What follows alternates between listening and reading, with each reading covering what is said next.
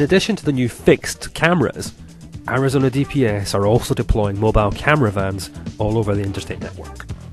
Now, we demonstrated in one of our other films how poorly radar detectors perform against them. Almost 80% of the radar detectors on the market will give no advance warning of these new DPS vans because they use a special kind of radar unit that has a very low power output. And plate covers don't work because the vans now use video. So what are the alternatives? One of the things you can do with the C100 is mark locations of, for example, to store where these photo radar cameras are.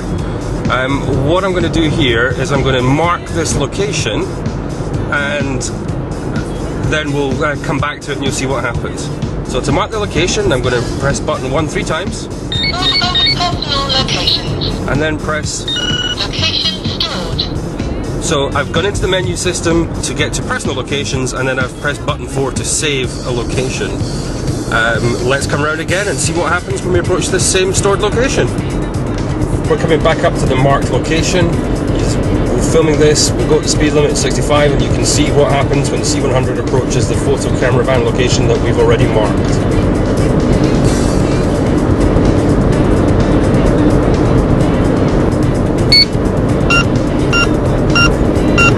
You'll see there's a number 2 come up. That means that this is alert number 2, and it's gone for a countdown to 2 to 1 to 0.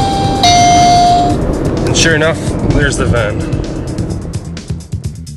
The C100 then uses Surfstar 3 GPS technology to remind you whenever you're coming up to one of your stored memory locations.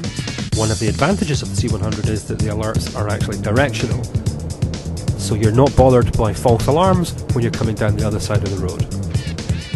Okay, one of the things I can do when I get back to the computer now is I can email into cameras@speedcheetah.com, and I can tell them that there is a common mobile site, that the photo radar van sits on Loop 101 between Olive and Grand. In fact, it sits right on top of the bridge that goes over Peoria Avenue.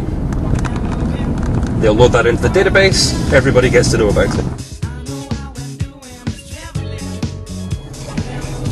If I want to delete that personal location from the memory so I don't get the alerts again, say you store something in the wrong place, or you didn't get it in quite the right place and you want to restore it, you can do that by simply just deleting the original entry. So go into the personal location section by pressing button 1 in the main menu. Personal locations. Personal locations. You can see that I have 3. The number of the position that I want to delete was number 2. So I'm going to press the third button, which is the minus button, to go down to number 2, and if I press and hold, location deleted. there you go.